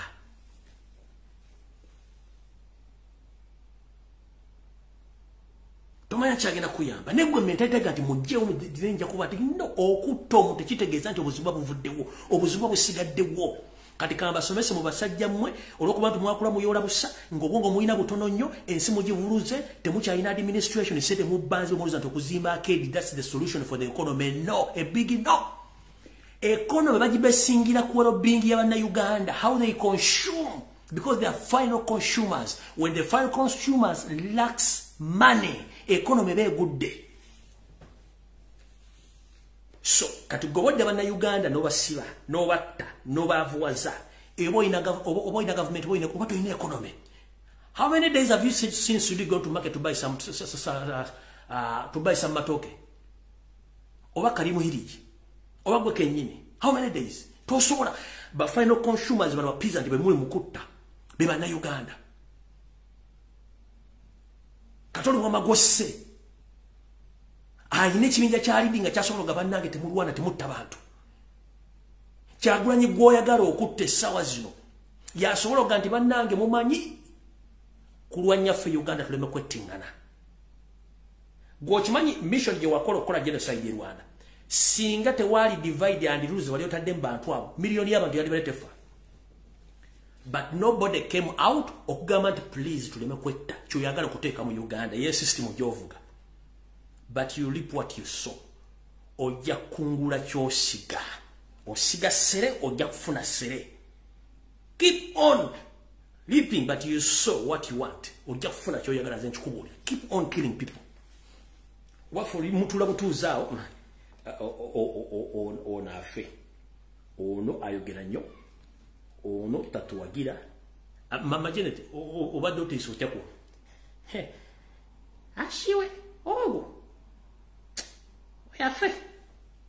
Nobuuza muhoozi nakugamba dadi ogwo afe kubanga mwekimuloza mbwongo nti okujjawo omuntu is the only solution. Soko tule ku mmeeza yo neye empalaata yotunule since 1986 how many people have you eliminated? Bandi badde batuusizaawo eggwanga. The late KADIMA, he told you that we must recall all the national identification and all passports to control the flow of migrants to Uganda. olwokuba nti gwalina mission ate leeta banyarwanda banno okubeera mu Uganda ng'ozimba electoral data war kiwatamanya these people are going to vanish due to the increase of discrimination gye wali bataddemu nti badiscriminating banna Uganda kati ne bafuluma kati Nyakayima watta waki kubanga kiwayagala kyagaana bwaleeta Nyakayima yakugamba ekituufu n'omutta kubanga ali akugamba ekituufu he knew Peko Skutesa nakugamba State House, please let us hand back power to people for to sit to labor back. We have each and everything. No gamba. Ogo Peko Skutesa. Afe. Ne mukiri gya muta Peko Skutesa. Kubanga temwagala kumanya. Waswa kasiri gwanga na akutaasa ku basajja bali bagenda okuwamba nga toyingidde mu 12. No sindika ekiwulenge nekimutwale embuye nekikuba amasa nekimuteka mu acid n'abula nemuziika omutete mu coffin mumulooza nti oli bw'avaawo eba eweddewo Uganda sebo eyo system yammwe bantu bangi bagambye kati essaawa zino waliwo olutalo lwemanyi mu first family lutambula eri abagamba tususse ku level wetwandikomye mutandise okubanoonya eyo nagamba sigenda kuyingira njagala mwette bulungi nnyo information kati ekwatagana ku family nti gundi anoonya gundi si kyajo genjera mwette nenga ekigendo bessa babagaye nti let us hand over power back to Ugandans fe tudebba tusigaze Uganda waffe wagana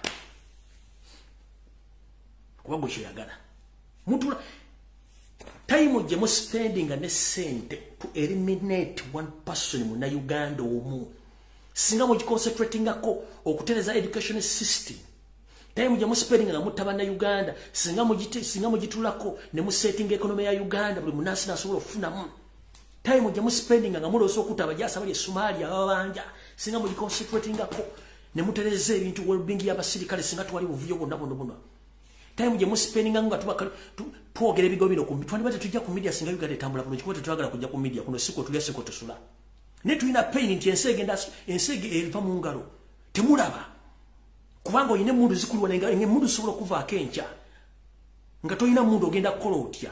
By the way, let me inform the public, without Uganda these people are useless and they are powerless. Tebalina kyebalina just tebalina kamundu kakabafula b'amaanyi kati singa mundu zikala kumachanga temuzina mugenda kola mutya. Power belongs to people. Power belongs to people. Ate teri security singa muntu teriyo. Gwe bona ba mundu 10 ng'omuntu tomulina kubanga yajja kulya mulu kwera lujja kufa. Museveni, I'm reminding you this. Power belongs to people. Nebo no corrupting abanda Uganda no bagula kuddamu okulona. It is impossible. Bakulagako tebakyakwagala bakukuwa because we're losing credibility, no losing loyalty eri banda Uganda kubanga obasolimizo obwavu kubanga ngomanyi nti bwennumya abantu obwavu nja kubamba fuga. No, that is wrong. Kati yo mentality gye muyina ati tutegundi kuba mwagala kutiisa bantu. Kati kankubuli omwane wakakasita amanya nti agubye emboko n'akuba emboko ojja mukuba atuketse ngomugambo mukuba nga tabikyamulya. Ffe twagenda kusomera okuba emboko n'omanya leero ntusere n'oteeka ebitabo magenda bakuba emboko n'ovaawo. Katwalina omusomesa omu bamuyitanga Fred yali n'emuseeko wa mu lubiri awo Mengo ng'oli akuba emboko naye atuuka okubangamu nga tukyawulira. Kati lumu natuuka leeti nga nina akatambala kankeewo bwamala okukuba emboko ku parade nenkajjayo nenkesiimuza bwenti ku bisambi bweti ku mpale nekaddugala bwe kati yalabanga amujooze n'angamba come back kubanga najja akatambala nga kero nenkesiimuza bwenti omulaga nti byonkozeko tebirina mugaso. Yanyiiga n'atugguba naye nga takyina kyasobola kunkola. Osomesa n'omuga omwana muleke kati kyembeere genda maaso mu Uganda omwina mentality emukutta. Killing is not the solution. Kubanga muri overdue, muri overstay. First and foremost, temuli bana Uganda. The public knows now.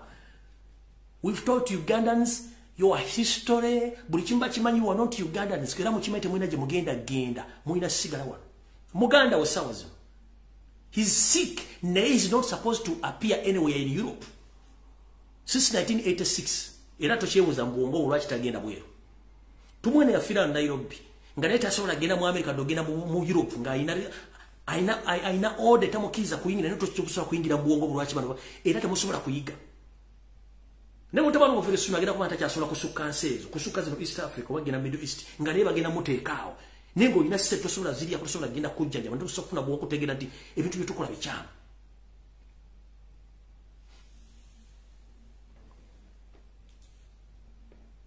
banange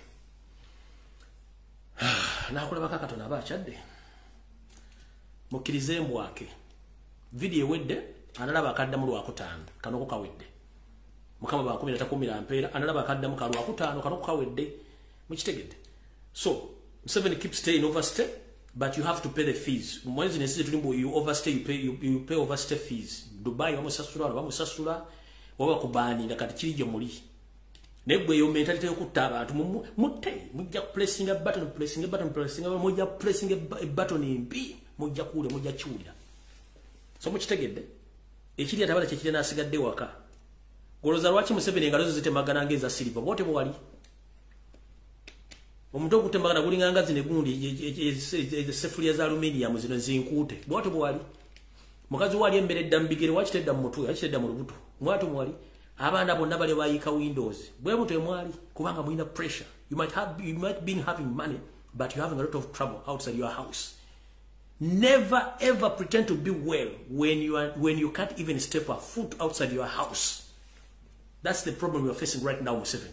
You pretend that you're okay, but you are moving with the battalions of army of soldiers kubango otia. Kitegezo li mu mbeera mbi wetaga kusabira atenge kusabira ko kuwedde ko toina budde. Wetaga kusabira kwa balwadde. Dubai president wayo avuge motoka ina atugena mu mmono n'agula ebintu n'atambula n'agenda nga teryambuuza nti n'abagula tewala nti yeye neggwe lonojja entebe ne mumala wiiki namba ng'otadde abasirikale bakuuma basinaipas kiki ne muggulo n'obagenda nabo nkubuuza Museveni lonobeera eruweero omala wiiki namba ng'odiployinzeeyo bakebere ne mutoyizeeko masime waliwo agenda okunkuba amasasi ne mugulu bagenda kuteeka abasirikale nze mbuuza ogenda kuteeka abasirikale mugulu bakume oba Katonda omumanyi you know God you don't know who is God naye yakumanya akulaba era agalaba kano kakyali bwekemboola mbukategera akumanyi wayiika windows anytime so bino bimala biseera budde bajja kuteka mukasuuti kamu kuteka pamba mu nyindo bakusiba mu muto kulinganga bomu bakusiba n'ebigere bakuteke mu coffin tekebe kijja kuba coffin bakuteke envunyu ziri yagazi kulye ojja kutegeera bikasitoba ngo tie kisikirize ekyo nga bofulume bwero otyayo kitegeeza nti oli buzibu kitegede mukulu so nze sirina kyentya one sirina manja sina gwe nabba sina gwe natta gwina abakunoonya bangi nnyo ne mukazi oke nyinyi omutya n'abaana batane muhoozi omutya laddu ne bwevuga ogitya kubanga osula olwotakyagulanye azaako ki kati n'okwata ba foot soja n'obasiba mbuzimuzaako ki foot soja alina omufaliso ogumu n'ebbaafu emu n'ekidomola gwobuzamuza nze sina bantu basiru nga bano okudde foot soja alina akasimu ka smartphone akatawoza de million nombuuza kati muzaako ki bombo kulati bazaako ki a full government you are just questioning a mere foot soja muzaako ki ani yali amanyi nti mulituuka kubuuza muzaako ki mwavu maamini naye balaba n'okwata foot soja n'omugjamu enjala tumuwulira muzaako ki ne mwokya omuntu paasi mutuwulire muzaako ki omusajja atu alina empale emu engatta emu waasula ndi oli ambanja emyezi 6 nabwana tebusoma wa girlfriend bamukyawa datanaseza agenda bbawa zakugula simanyi makeup okutte foot soja omugjamu olwala abalamu basazeeko enviiri basula kagongo balinga nga TV ze batadde ku bisenge mbubuza buzaako ki yo government kimbuzaako ki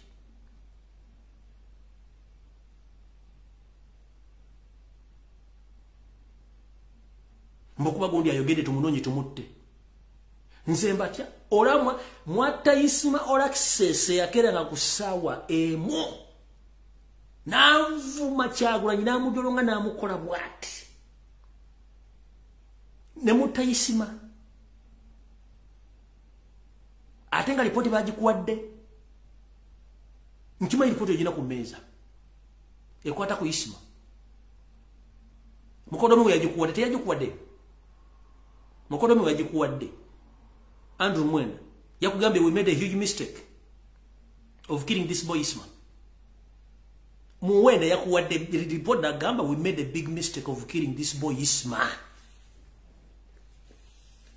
and I know it's we who killed him Muwenda yagikuwadde kino jala bakasale bulungi nnyo Museveni your brother-in-law Andrew Mwenda this week he reported to you and he told you direct that we made a big mistake of eliminating Isma. You received the information, you received the note. It's Andrew Mwenda, your brother-in-law. He told you that we made a mistake of eliminating this boy Isma. So, bwanga osobola okuba n'ojja omusajja yakira ku makya ssaawe on a daily basis. These days I skip videos. Ninga sigenda kola after 4 days. Nenga on daily basis Isma kola video from Monday up to Monday nikuse na kola video ngalumba Kyagulanyi. Ne mumujja wakati mugenda kuteeka one.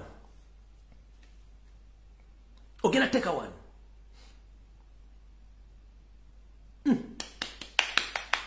Bongo butono.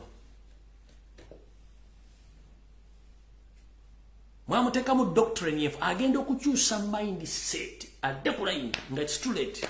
Olwokuba temulowooza you don't think nemuga kati katandise okudda ku layini entuufu ey'abantu tumujjewo ne mumujjawo.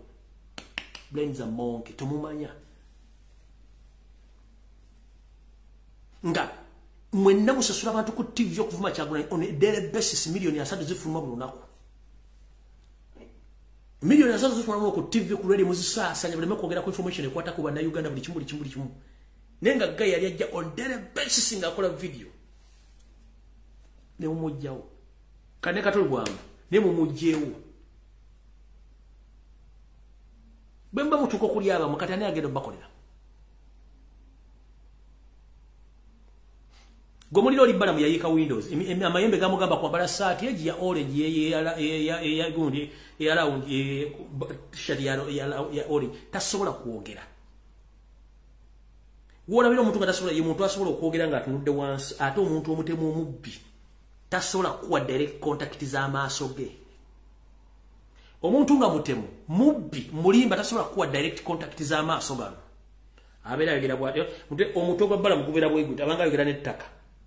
Fe tusoma facial expression ne body expression ne body language tumanyi omuntu mukyamu. Oyo guy tasobola ku direct contact tasobola zikuwa beera bwati. Baba kuyambira tula kuwati. Ku myaka gyali omusajja omukulu yemulanga mukazi gwe bakwana.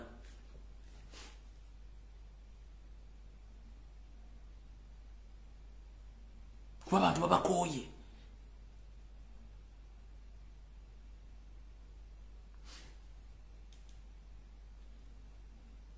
Aba bakumire kitalo nnyo mwenna bavudde mu bulamu bw'ensi eno tujja kusinkana obudde enjawulo tetulina kyakkola si tuyita mu buyisi akowa yagivira tuli mukka tujja kusinkana ku lwa Katonda n'ensi yange mukoba 10 mpeera mwekuume mwegendereze obutwaje buli ero gavumenti yamusibira mu bwa tayira muganda we tayira mukwano gwe kazala kakomberera mubasigadde mwenna bakozesa kubanga abayisaawo kyayagala bamalo kiyisaawo ng'afuna omulala mweraba.